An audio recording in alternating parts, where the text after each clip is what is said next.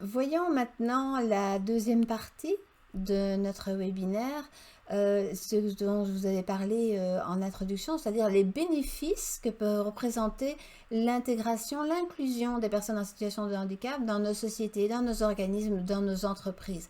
En fait, on va procéder à une sorte de comparaison entre ce qu'était le droit juridique que nous avons exposé dans la première partie et des droits qui sont plutôt humains, mais qui peuvent avoir aussi un versant réellement économique. Alors, je vais laisser d'abord la parole à Adrienne Brassard, qui est une collaboratrice du Phénix et qui va nous donner son point de vue sur l'inclusion comme un devoir de société. L'accessibilité, c'est l'affaire de tous. Pourquoi? Ben, d'abord parce qu'on va tous en avoir besoin un jour ou l'autre.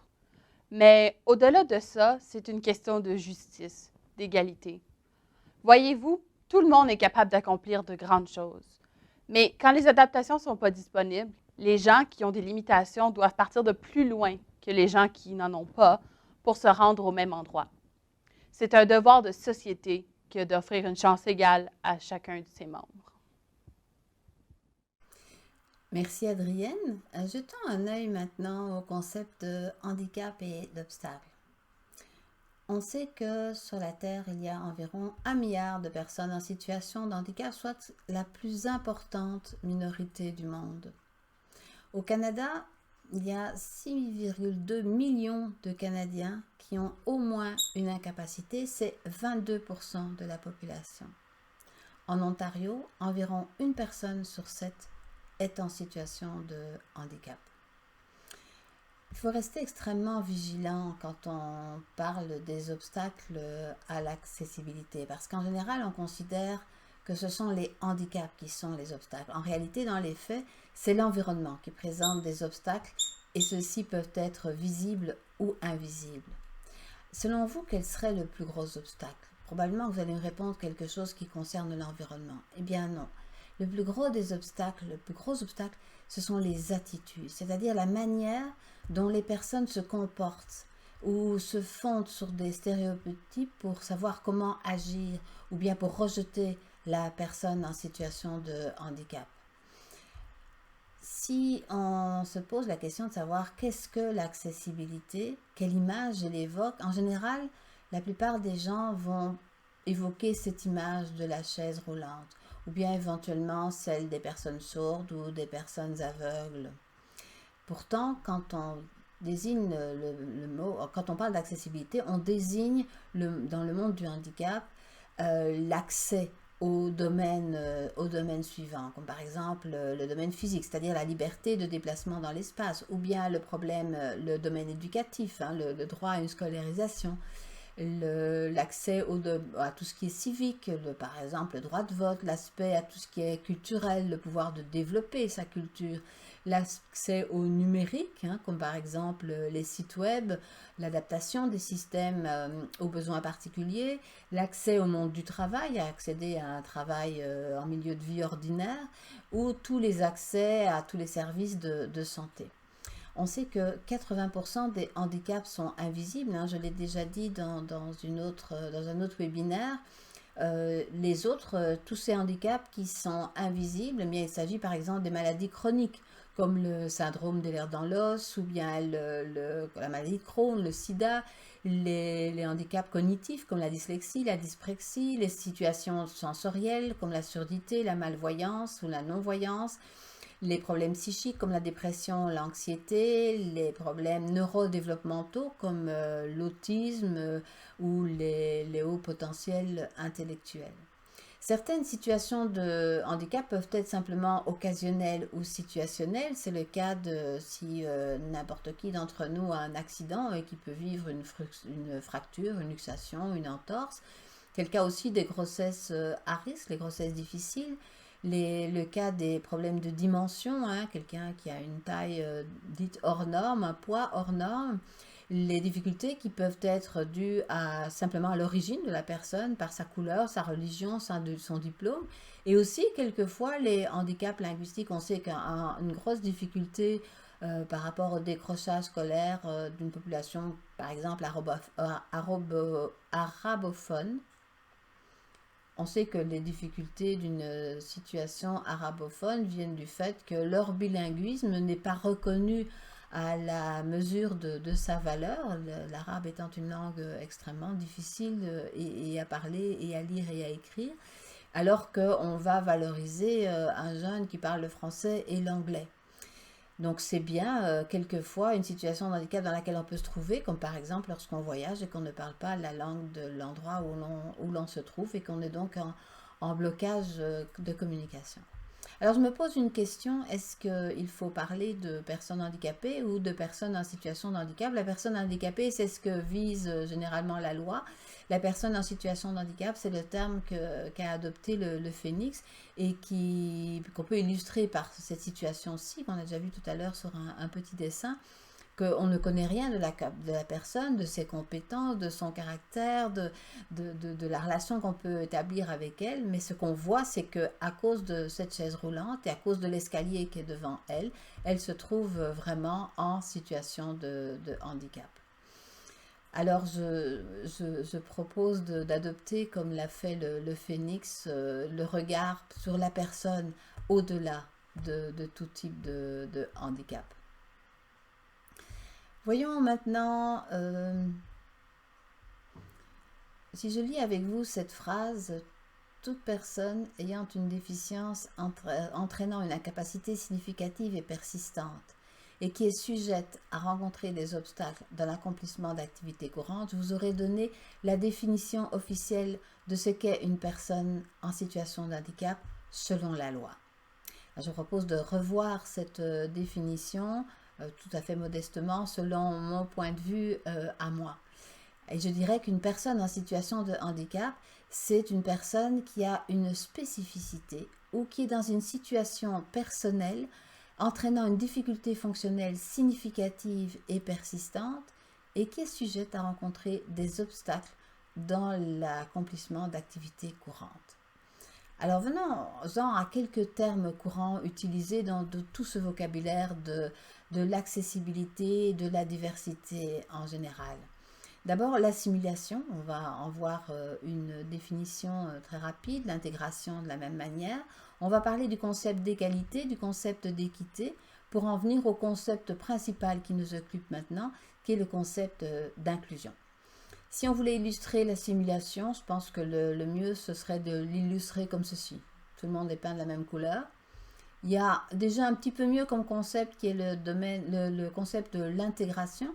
Et on va voir comment de l'intégration, on peut passer à l'inclusion en passant par un autre concept qui est celui d'égalité. Alors, la définition qu'on peut donner de l'égalité, c'est celle-ci, qui est illustrée par ce dessin, c'est-à-dire que on va faire en sorte que tout le monde bénéficie des mêmes adaptations.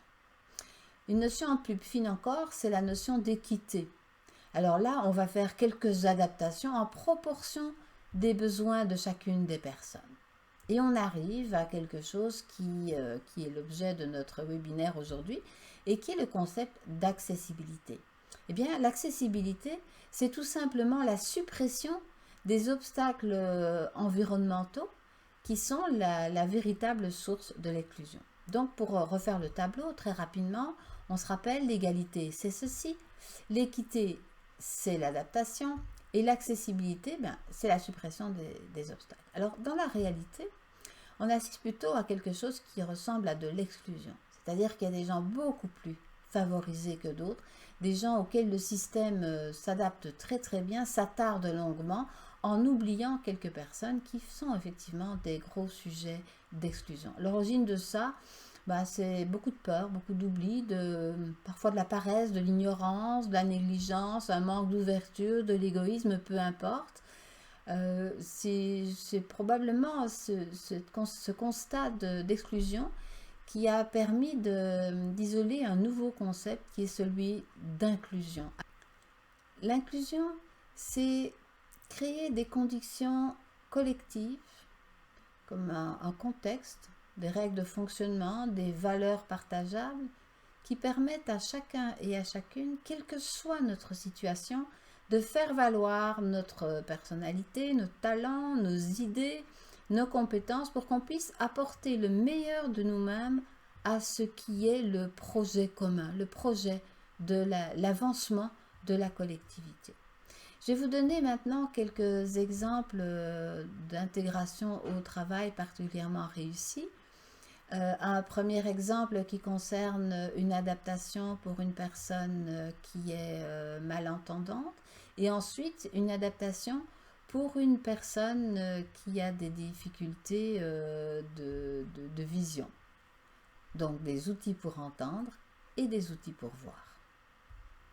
Bonjour, alors mon nom c'est Philippe Dubuc, je travaille chez Lanvin Design, je suis contrôleur et associé. Alors mon nom est Sylvain Aymon, moi je suis gestionnaire de l'entreprise et designer. Je m'occupe des clients, puis un petit peu de tout dans l'entreprise. Donc mon champ d'expertise est assez varié, je m'occupe de la comptabilité, des commandes, des clients. Alors on avait un poste à combler, c'était un actionnaire qui était parti, alors Philippe Dubuc remplace ce poste-là et aussi s'occupe de faire la gestion générale de l'entreprise avec moi et en plus s'occupe des distributeurs à travers le Canada. Et c'est ça, moi, mon handicap, j'ai eu une perte auditive à la naissance. Environ quand j'avais 1 an, j'ai eu une méningite. Donc, les antibiotiques ont affecté mon audition au niveau de mes 2 oreilles. Donc, en termes de difficultés, je vous dirais que ça a toujours été les commandes ou les conversations téléphoniques. Mais depuis plusieurs années, j'ai accès à des systèmes Bluetooth. Puis je crois que son point le plus fort serait le côté stratégique, le développement de l'entreprise. On développe de plus en plus avec les distributeurs, on développe de plus en plus le service à la clientèle, on essaie de maximiser ça. Ça redirige les appels dans mes prothèses auditives. Donc ça améliore la clarté, ça améliore le son, ça améliore le volume. Donc je vous dirais, à ce moment-là, j'avais plus vraiment de problème à travailler. Alors je peux dire que ça va très bien. Une taille normale. J'ai comme tout le centre ici qui est flou.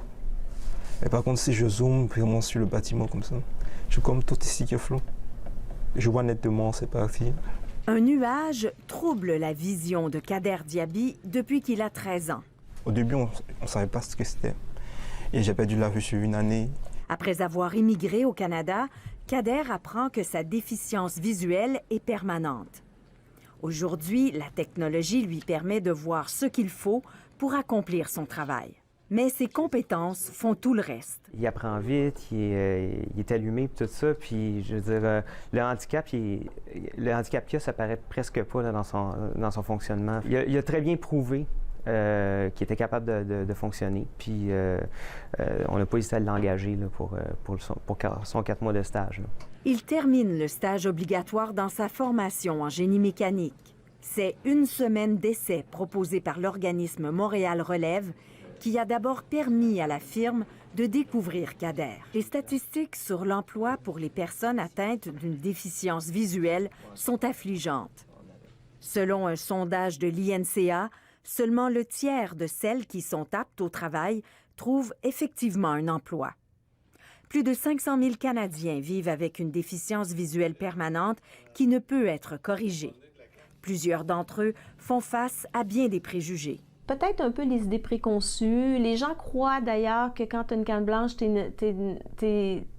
es en cécité alors que ce n'est pas le cas. Ça peut être que tu ne vois pas en bas. Un Canadien sur 5 croit à tort qu'un employé aveugle a besoin d'un guide lors de ses déplacements au travail. Kader Diaby ne pourra jamais conduire un véhicule, mais dans les transports en commun, il a ce qu'il faut pour trouver ses repères. Je dois le convaincre que je peux travailler comme tout le monde. Kader croit qu'il a de bonnes chances de trouver un emploi une fois ses études terminées. Examinons maintenant quelques clés pour articuler l'accessibilité, voir où elle commence et comment elle peut fonctionner. Une première clé, elle va servir à ouvrir un trésor qui est tout ce qui concerne l'information et la communication. Pour y arriver, il suffit de consulter l'employé pour déterminer quels sont ses besoins en matière d'accessibilité, de quelle manière on peut les satisfaire. Et donc la première clé pour ouvrir ce coffre à trésors, c'est une documentation accessible. C'est très facile de trouver sur le web tous les éléments qu'il faut pour apprendre à écrire avec des caractères lisibles, utiliser telle ou telle couleur, ne pas utiliser tel ou tel caractère, les formats, etc. Ça, c'est la première clé. Après, je vais vous laisser en compagnie maintenant de Joseph Chovanec, qui va nous expliquer un aspect du fonctionnement spécifique de la personne autiste. Alors Joseph Chevanec, il est lui-même autiste Asperger et c'est quelqu'un qui donne énormément de conférences, qui est venu en donner chez nous aussi, et qui s'attache à faire comprendre dans quel monde, comment accéder au monde de la personne qui, comme il le dit lui-même, vient de l'autistan, de la personne autiste, et à nous aider, nous qui ne sommes pas en situation d'autisme, à mieux les comprendre et à les inclure dans notre collectivité.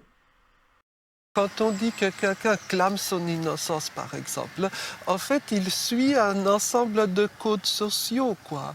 Si on veut montrer qu'on est innocent, en fait, on doit appliquer un certain nombre de règles plus ou moins codifiées, etc. Il ne faut pas s'habiller comme ça, il faut avoir l'air, je ne sais pas, éploré ou que sais-je, il faut soupirer. La personne avec autisme ne saura pas se défendre de manière socialement convaincante. Disons très schématiquement, l'idée c'est la suivante. Parce que les gens avec autisme, ils ont un certain degré d'autonomie. Mais il y a des moments où ça peut coincer, pour le dire ainsi. Par exemple, si vous avez une panne d'électricité à la maison, est-ce que vous appellerez l'électricien ? À titre personnel, je sais faire toutes sortes de choses. Je peux voyager dans différents pays, etc. Mais je ne suis pas sûr, si je vivais seul de manière durable, de pouvoir appeler l'électricien en cas de souci. Probablement que je me dirais, je vais essayer de survivre sans ça. Déranger les gens, c'est difficile. Téléphoner, c'est difficile. Et puis, beaucoup de gens autistes ont aussi une très mauvaise image d'eux-mêmes. Et donc, ils ont tendance à subir les choses, quoi. Vous voyez, la société des adultes, c'est une société, finalement, il faut jouer des coudes, comme on dit. Et pour ça, il faut avoir une bonne estime de soi. Toutes les situations sociales ont une certaine, j'allais dire, teneur, en compétence sociale. Il y a toujours des choses dites, il y a des choses non dites. Et comprendre le tout peut être redoutablement difficile. Un cas, par exemple, pour dire que les codes sociaux sont particulièrement hypocrites.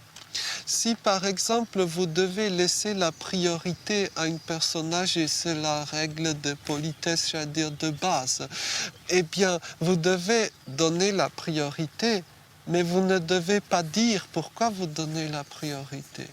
Vous ne devez pas dire « Ah, madame, monsieur, je vois que votre peau est très ridée, vous devez être très vieux ou vieille et donc passer. » Pourtant, la personne, à moins d'être débile, elle doit savoir pourquoi on la laisse passer.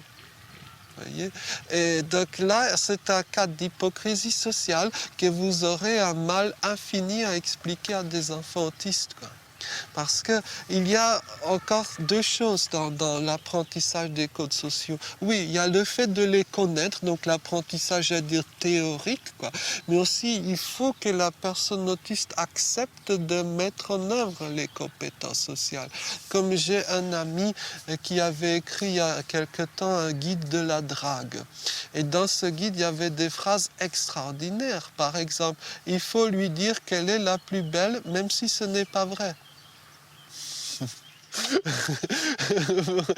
Voilà, on pourrait quasiment écrire un livre. D'ailleurs, je commence à y réfléchir vaguement, rire avec les autistes, quoi. Une vision un peu décalée de l'autisme, du non-autisme par le rire et la bonne humeur. Voyons maintenant une deuxième clé en matière d'accessibilité pour ouvrir un deuxième coffre, qui est le coffre de l'empathie. Ce qu'il faut, c'est connaître les situations de handicap et apprendre comment interagir avec les personnes qui les vivent. Ça, c'est la deuxième clé. Vous avez pu suivre notre deuxième webinaire qui parlait des femmes en particulier, mais aussi de toutes les personnes en général qui sont en situation de handicap. Nous avons dessiné leur portrait et vous avez appris comment interagir à la base avec ces différentes personnes. Voyons maintenant, qu'est-ce que c'est que l'empathie? L'empathie, c'est une capacité à ressentir, à comprendre ce que vit ou ce que ressent une personne. et à partager avec elle, mais de façon vécue, l'expérience intérieure qu'elle ressent et en parvenant à se la représenter, et quelle que soit cette situation. Donc c'est une façon de se mettre à la place d'eux, de ressentir la chose à la place de la personne. C'est pas souffrir avec elle, comme pouvait l'exprimer la compassion. C'est vraiment ressentir comme elle les choses pour mieux comprendre ce que la personne vit. Voyons maintenant des exemples d'embauche gagnante. Et avant de donner ces exemples, je voudrais redonner la parole une fois encore à Joseph Chovanec, qui va nous expliquer la particularité de la personne autiste quand elle se retrouve dans un entretien d'embauche.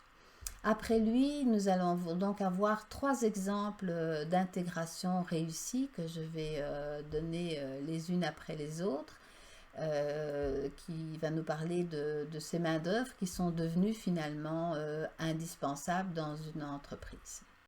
Lors d'un entretien d'embauche, vous êtes évalué sur toutes sortes de choses, mais pas sur les choses réellement pertinentes pour l'emploi en question. Vous êtes évalué sur votre façon de dire bonjour, de serrer la main, d'être habillé. Oh, ça, les gens autistes ne savent pas faire. Savoir se vendre, comme on dit. Mais ça, les gens autistes ne savent pas faire.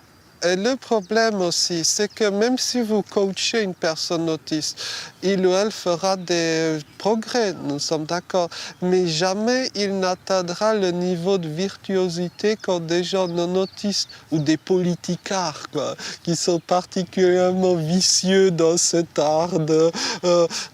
j'allais dire tromper son monde, pardon, je n'ai rien dit. Mais les gens autistes ne savent pas faire ça, hein. Mentir dans les yeux le cas échéant, etc. Hein, c'est pas évident. Et donc la personne autiste sera exclue de l'emploi. Et il faudra donc imaginer une procédure de recrutement différente. Il y a des emplois où les compétences requises cadrent avec le profil de telle ou telle personne autiste. Et pour donner un exemple bien connu de boulot comme ça, c'est le boulot de Bill Gates. Bill Gates, lui, il n'est concerné par l'autisme, il le dit lui-même publiquement, c'est pas un secret. Mais globalement, je ne pense pas qu'on puisse, par exemple, faire une petite liste de boulots qui accepteraient des gens autistes, les autres ne les acceptant pas. Non, je pense que la plupart des métiers peuvent être ouverts aux gens autistes. Parce que, vous savez, finalement, dans chaque type de métier, on a besoin à un niveau ou à un autre de compétences plus ou moins liées à l'autisme. Je vais vous donner un exemple volontairement un peu provocateur, la haute couture. En apparence, si on se fie juste au cliché, la haute couture, c'est pas un milieu pour les autistes.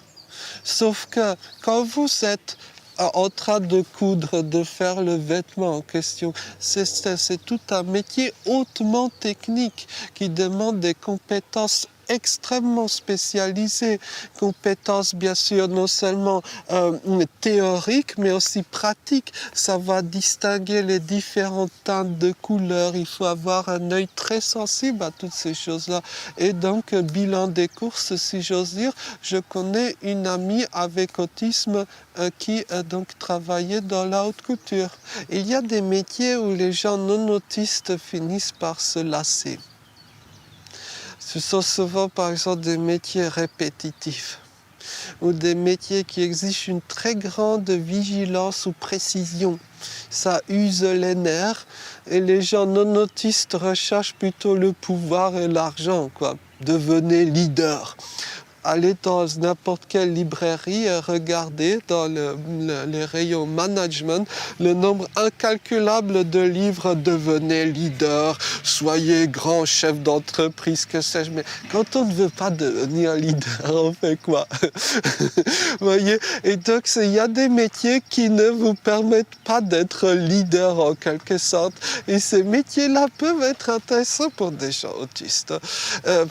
Les métiers, par exemple, liés à l'informatique, réparer des ordinateurs, ça peut devenir lassant pour beaucoup de gens non autistes. Pour des gens autistes, ça peut être fantastique. Je m'appelle Emmanuel Lavaux, j'ai 32 ans.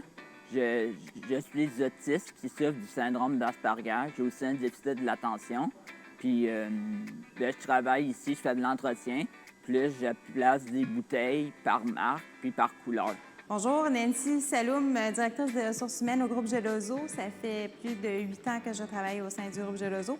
On est une entreprise manufacturière. On est une entreprise qui fait des produits à base de malt, donc des alcoomaltes, à base de cidre, à base de vin et des bières. Je m'appelle Danny Réaume, je travaille chez Omni.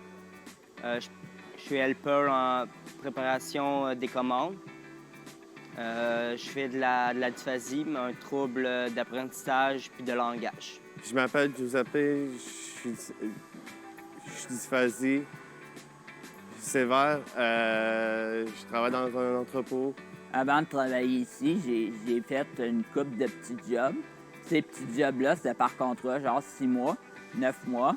Puis je suis content d'avoir connu l'étape, vu qu'ici, c'est ma job qui dure le plus longtemps. Aujourd'hui, ça va faire 6 ans que je travaille à la même place. Moi, je remplis les palettes, je fais du ménage. De temps en temps, je vais aider les gars, les pickers. S'il y a un dégât, je vais les ramasser. J'ai travaillé au repack. Aujourd'hui, je suis rendu à être helper pour préparer les commandes. J'avais jamais imaginé qu'un jour, je pourrais travailler là, puis j'avais jamais imaginé que les autres étaient réputés pour employer des gens avec certains handicaps et limitations. Moi, j'aime ça, travailler ici, vu qu'il n'y a pas trop de facteurs stressants, les gens sont compréhensifs, puis, tu sais, les boss, puis les employés, il n'y en a jamais un qui a été bête avec moi, ils sont tous compréhensifs. Avec les collègues aussi, ils sont gentils avec moi. Parce que je les aide aussi, mais ils m'expliquent aussi comment les placer. Donc, c'est des gens qu'on est... c'est sûr, ça a pris beaucoup de dévouement des superviseurs et des collègues pour aider puis encadrer ces gens-là. Mais en bout de ligne, on est super reconnaissants. Et puis c'est des gens qui sont hyper dévoués à nous, à l'entreprise et à leur travail. Ça s'appelle Pascal, il travaille pour machinerie hydraulique. Chez RMH Industrie, tout le monde connaît bien Denis Bourget. On a du fun avec lui. C'est peut-être le plus heureux de rentrer ici le matin. Ah, merci Stéphane. Je me commode des fois en travail, les gars. Je les adore. Il travaille ici depuis près de 12 ans et n'échangerait son poste contre rien au monde. Je serais pas capable.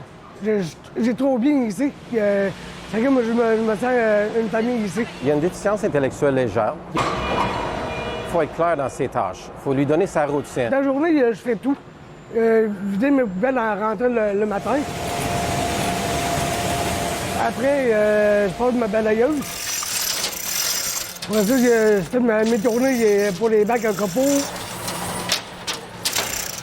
Il est le seul employé avec une déficience. Chez Société Via, l'embauche de personnes avec des limitations, ça fait partie intégrante de la mission de l'entreprise.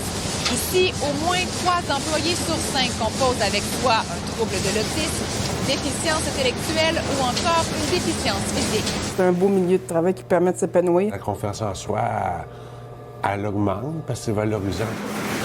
Ce sont des gens qui sont impliqués, qui sont heureux de venir travailler. Par contre, ça amène son lot de défis parce que ces gens-là arrivent chez nous avec des besoins particuliers. Une formation est offerte depuis septembre pour accompagner les entreprises à considérer davantage cette clientèle. C'est rendre les gens à l'aise, pour faire en sorte que par la suite, ils sont tout à fait à l'aise de faire des entrevues, de sélectionner ces gens-là, de les intégrer au travail. L'objectif, rencontrer 500 gestionnaires d'ici le printemps. Ça peut faire partie des solutions pour la pénurie de main-d'œuvre, mais il faut être conscient que les entreprises adaptées aussi la vivent, cette pénurie de main-d'œuvre-là. J'ai fait une belle job. Ah, mais dis-moi, Denis a un message pour les compagnies qui hésitent à se lancer dans le processus. Embaucher du monde comme moi, il n'y en a pas beaucoup. Mais avis aux intéressés, je vais prendre ma retraite ici. Denis n'est plus sur le marché. Antoine Nadeau est atteint du trouble du spectre de l'autisme. Diplômé de l'école secondaire de la Cité en juin dernier, il a eu la chance de décrocher un emploi chez Pomme-Grenade, un service de traiteur de Saint-Jean-Chrysostome. C'était comme une surprise parce que c'était mon rêve de faire de la cuisine. Je faisais de la plonge, j'épluche des carottes, des oignons. Je trouve ça le fun, plaisant. Antoine est le deuxième employé autiste chez Pomme Grenade qui souhaiterait embaucher une troisième personne atteinte du même trouble. C'est l'affaire que j'ai faite dans mon entreprise depuis 10 ans dont je suis le plus fier. D'avoir intégré une personne comme ça, c'est vraiment, sur le plan humain, ça m'apporte beaucoup. C'est beau, la vie. Nous autres, notre philosophie, c'est de faire partie de l'équipe et qu'ils puissent développer aussi là, toutes ces aptitudes, tant au niveau social qu'au niveau du travail. On cherche un autre jeune comme Antoine. Puis après, je mets ça dans l'huile. Antoine a été chanceux de tomber sur des gens aussi accueillants. Des fois, il faut travailler un petit peu plus fort, il faut faire des longues recherches.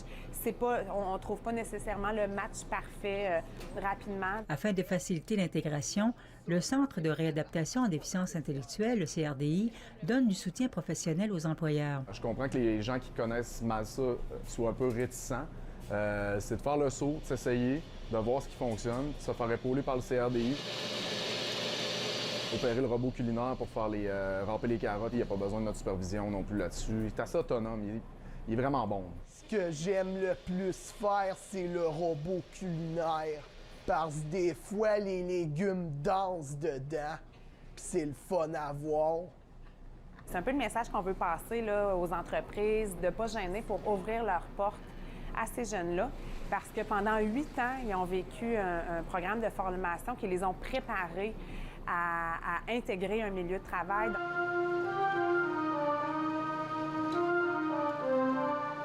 Pendant la pause dîner, Antoine joue du piano pour le personnel. C'est quelqu'un qui a toujours le sourire dans le visage, qui chante beaucoup parce qu'il adore la musique. C'est comme un rayon de soleil dans notre cuisine.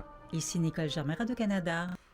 Je propose de vous donner maintenant quelques outils et quelques références utiles si vous êtes employeur ou si vous êtes impliqué dans l'accessibilité développée au sein de votre organisation. D'abord, la trousse à outils de l'employeur émise par le gouvernement de l'Ontario.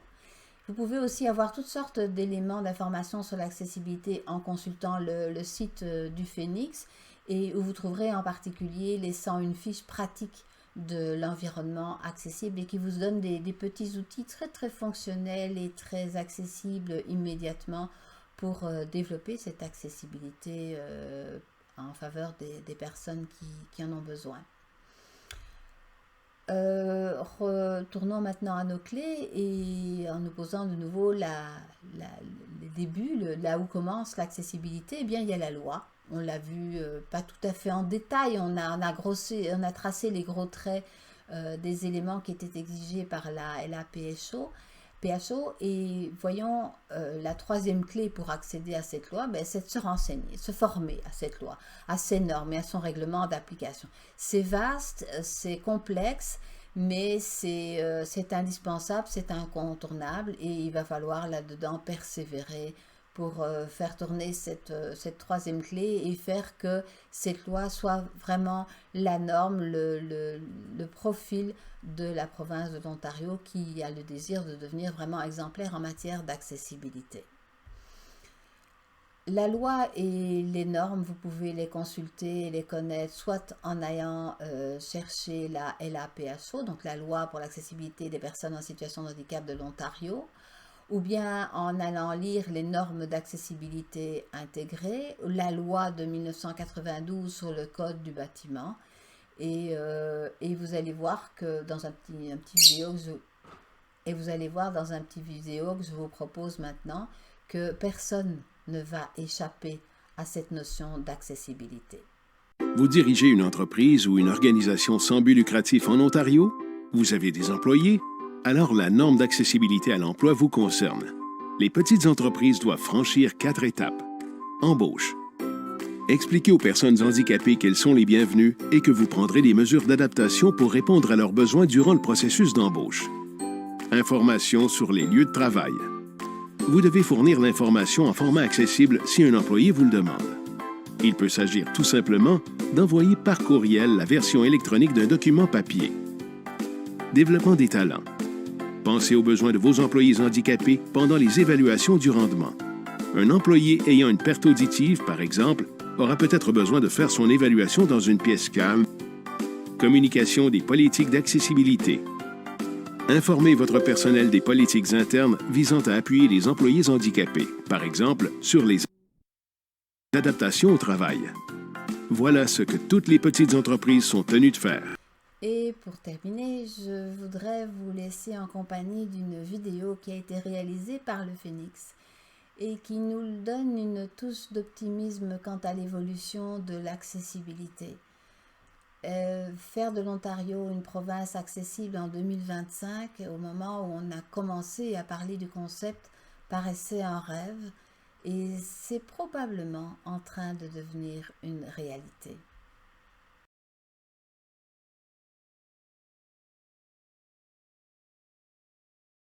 Cette belle réalisation par rapport à l'accessibilité et à son évolution nous amène au terme de ce webinaire. Je vous remercie beaucoup de votre attention et de votre participation.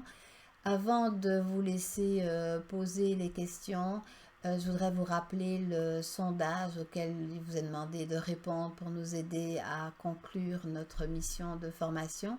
Elle se trouve dans la boîte de description dont le lien est à la fin de chacun des webinaires. N'hésitez pas à vous documenter, n'hésitez pas à poser ces questions, n'hésitez pas à aller consulter le site du Phénix et à devenir vous aussi des agents qui travaillent à améliorer l'accessibilité dans la province de l'Ontario. Je vous souhaite une très bonne continuation dans vos missions d'engagement et vous dis à bientôt.